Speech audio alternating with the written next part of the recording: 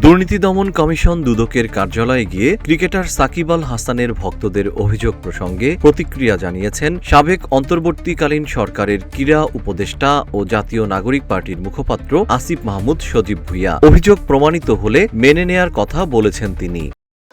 ভবিষ্যৎ হোক নিরাপদ, বিনিয়োগ হোক বিশ্বস্ত, আর আমার পছন্দ সল্ট বে।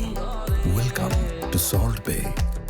২৭ ফেব্রুয়ারি সন্ধ্যায় রাজধানীর শ্যামপুর থানায় এনসিপির আয়োজিত ইফতার মাহফিল শেষে একথা বলেন আসিফ মাহমুদ। এনসিপির মুখপাত্র বলেন, সাকিব আল হাসানকে খেলতে না দেয়ায় মব সৃষ্টি করে দুদকে অভিযোগ জানানো হয়েছে। দুদকে আমার বিরুদ্ধে কোনো অভিযোগ প্রমাণিত হলে তা মেনে নিতে প্রস্তুত আছি। এর আগে ২৬ ফেব্রুয়ারি দুপুরে দুদকের কার্যালয়ে গিয়ে সাবেক অন্তর্বর্তীকালীন সরকারের যুব ও ক্রীড়া উপদেষ্টা আসিফ মাহমুদের বিরুদ্ধে অভিযোগ দাখিল করে আওয়ামী লীগের সাবেক সংসদ সদস্য ও ক্রিকেটার সাকিব আল হাসানের এক ভক্ত।